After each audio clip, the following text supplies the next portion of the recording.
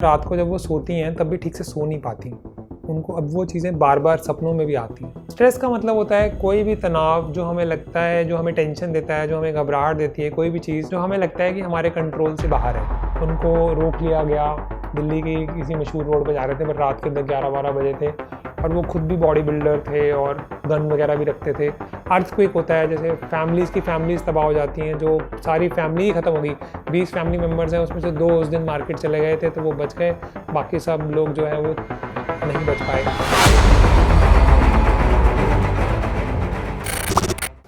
नमस्कार दोस्तों, कहानी ये सच्ची है पर थोड़ी दुख भरी है।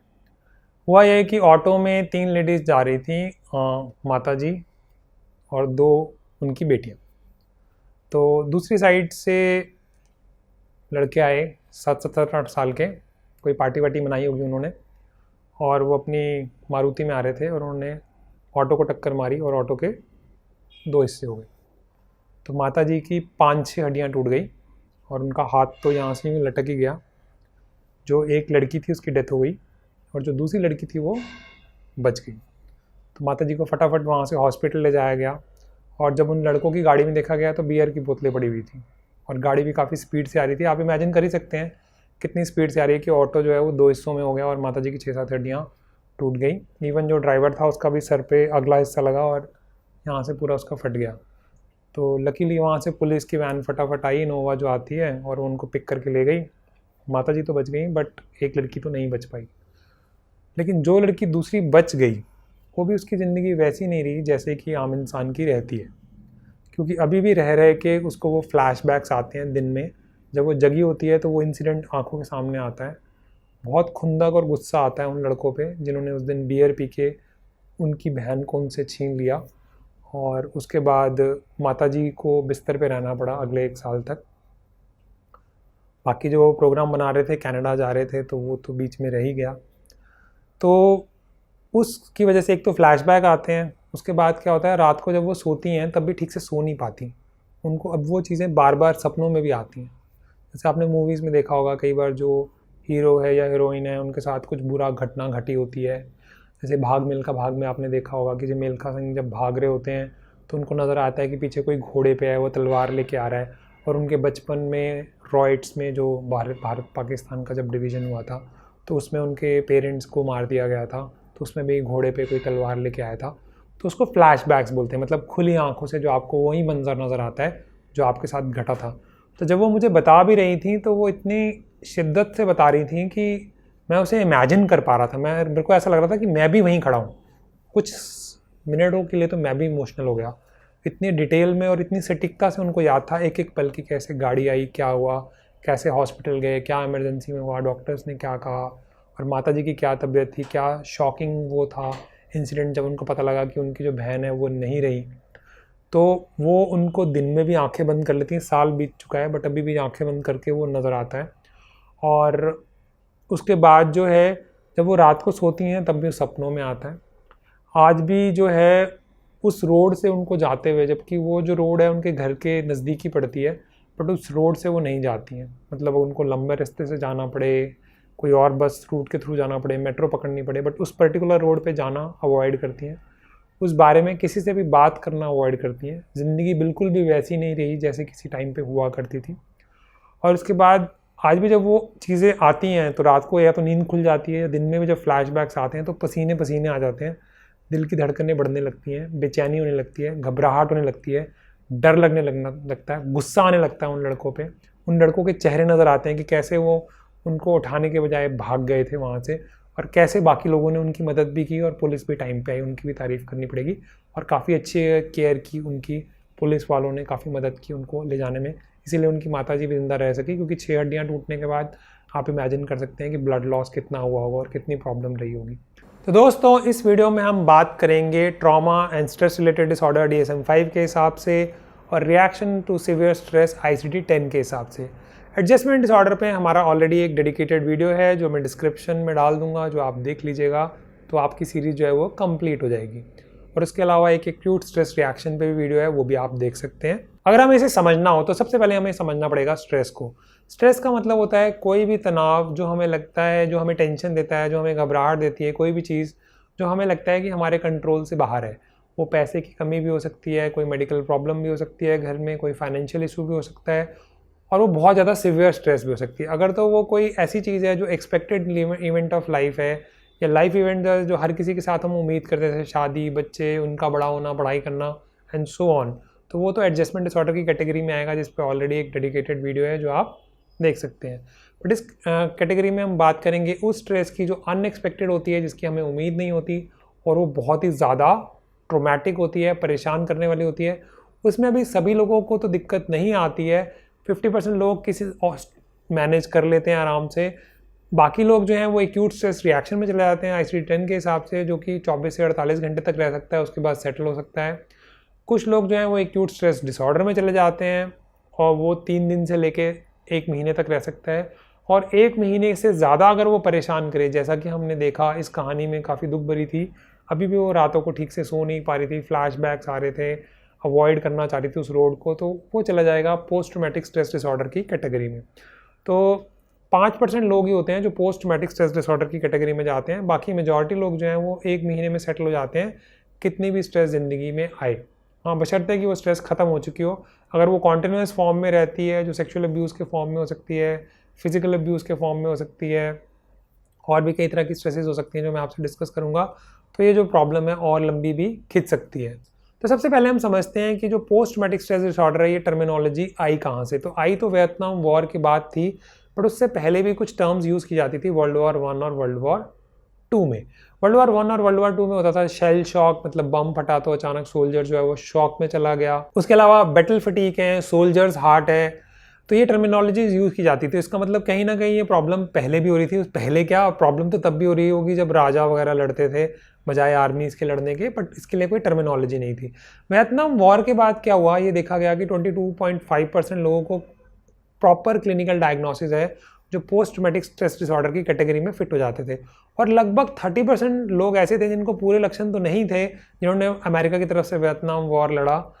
उनको भी कोई ना कोई इमोशनल ट्रॉमा था, उन्होंने अपने दोस्तों को खोया था, उन्होंने कोई ऐसी चीज़ देखी थी जो आमतौर पे उन्होंने कभी सोची भी नहीं होगी इससे पहले कि देखने का मौका मिलेगा लाइफ में, उसको हैंडल किया था, या हैंडल करने की वजह से वो इमोशनल या स्ट्रेस में आ गए थे। दोस्तों, जैसे इंडिया चीन का जो कॉन्फ्लिक्ट चल रहा है लद्दाख में, उसमें 20 लोग जो हैं वो शहीद हुए हैं, जो जवान हैं, तो उनके जो दोस्त हैं, उनकी जो फैमिलीज़ हैं, उन पे जो इमोशनल बर्डन आया होगा apart from financial and other social issues, वो बहुत ही ज़्यादा होता है। उसको हैंडल करना बहुत मुश्किल होता है, और वो सालों साल कई बार उसका इम्पैक्ट रहता है, पूरी ज़िंदगी तक भी उसका इम्पैक्ट रहता है।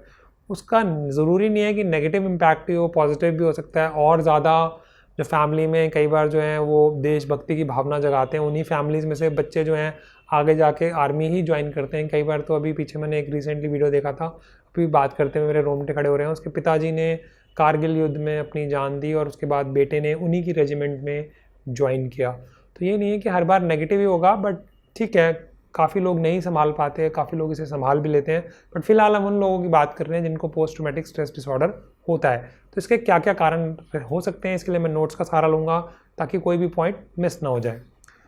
तो इसमें जो कारण हो सकते हैं, एक तो किसी का किडनैप हो जाए। जैसे मुझे आज भी याद है, हमारे स्कूल में एक बच्चा था, उसका किडनैप हो गया था। वो बच तो गया था, उसको होश आ गई थी ट्रेन में, उसने हल्ला मचा दिया, बट वो काफ़ी टाइम तक परेशान रहा और स्कूल नहीं आ पाया, और 4-5 साल के बाद भी थोड़ी सी दिक्कत उसे रहती थी।